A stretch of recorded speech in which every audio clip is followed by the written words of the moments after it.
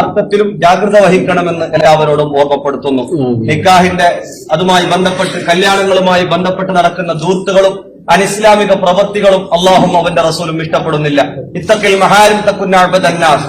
അല്ലാഹു റബ്ബ് സുബ്ഹാനഹു വ തആല ഹറാമുകളിൽ നിന്ന് വിട്ടുനിൽക്കാൻ നമ്മോട് ഹബീബ് സല്ലല്ലാഹു അലൈഹി വസല്ലം അല്ലാഹുവിന്റെ പരിശുദ്ധമായ ദീൻ അനുസരിച്ച് ജീവിക്കാൻ നമ്മോട് കൽപ്പിക്കുന്നുണ്ട്. കല്യാണം, നിക്കാഹ് ഇസ്ലാമികമാകണം. അതുപോലെ ശേഷം വരുന്ന കാര്യപരിപാടികളെല്ലാം ഇസ്ലാമികമാക്കാൻ രണ്ട് കുടുംബങ്ങളും നല്ലവണ്ണം ശ്രദ്ധിക്കണം. നിസ്കാരം, അള്ളാഹ്, കല്യാണ ദിവസവും ശേഷങ്ങളെല്ലാം വളരെ മനോഹരമായി ശ്രദ്ധിക്കണം. ഭക്ഷണങ്ങൾ എവിടെയും ഇസ്റാഫ് ചെയ്യാത്ത രൂപത്തിൽ കാത്തു സൂക്ഷിക്കണം. ഇരുന്നു കൊണ്ട് ഭക്ഷണം കഴിക്കണം. ഇരുന്നു കൊണ്ട് വെള്ളപാനീയങ്ങളെല്ലാം, അതെല്ലാമാണ് ഇസ്ലാമിക സംസ്കാരം.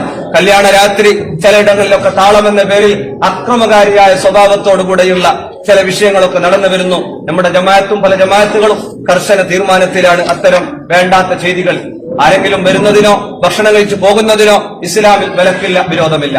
അക്രമങ്ങൾ, അനീതികൾ, വേണ്ടാത്തരങ്ങൾ, പടക്കം പൊട്ടിക്കൽ പോലെ ഒരു പ്രത്യേക ശൈലിയിൽ ഇസ്ലാമിനെയും മുസ്ലിമീങ്ങളെയും അവിടെ ജീവിക്കുന്ന അയൽവാസികളെയും ബുദ്ധിമുട്ടിക്കുന്ന രൂപത്തിലുള്ള ഒരു പ്രവൃത്തിയും നമ്മുടെ ഭാഗത്ത് നിന്ന് വരാതെ കാത്തു സൂക്ഷിക്കണം.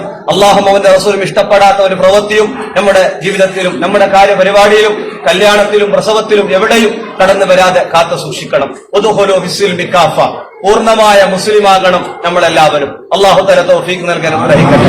വീട്ടിലേക്ക് കടന്നു വന്ന പുതിയാപ്പിളയെ സ്വന്തം മകനെ പോലെ ബഹുമാനത്തോടെ ആദരവോടെ കാണാനും പുതിയാപ്പിളയുടെ കുടുംബത്തെ നല്ല ബഹുമാനത്തോടെ കാണാൻ പെണ്ണിന്റെ കുടുംബം തയ്യാറാകണം. അങ്ങനെ ബഹുമാനം കൊടുത്തും കൊണ്ടും അറിഞ്ഞും നമ്മളെല്ലാം ജീവിക്കുന്നവരാകണം. അതുപോലെ വീട്ടിലേക്ക് കടന്നു വന്ന പെണ്ണിനെ, പുതിയ പെണ്ണിനെ സ്വന്തം മകളെ പോലെ താലോലിക്കാനും സ്നേഹിക്കാനും സഹകരണത്തോടെ മുന്നോട്ട് പോകാനും ആണിന്റെ കുടുംബത്തിന് കഴിയണം.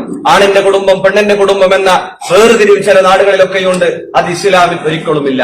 അവർ ചെറുത്, ഇവർ വലുത്. തഖ്വ കൊണ്ടല്ലാതെ ഒരാളും ചെറുതും വലുതും ആകാൻ പോകുന്നില്ല. പണം കൊണ്ടോ ആണിന്റെതോ പെണ്ണിന്റെതോ ചെറുതോ വലുതോ അല്ല. എല്ലാവരും മനസ്സിലാക്കിയിരിക്കണം. എല്ലാവരും ആണിനെ സ്വന്തം മകനെ പോലെ, പുതിയ പെണ്ണിനെ സ്വന്തം മകളെ പോലെ സ്നേഹിച്ചുകൊണ്ട് കുടുംബത്തിൽ ജീവിക്കാൻ ശ്രമിക്കണം. അള്ളാഹു തൗഫീഖ് നൽകട്ടെ.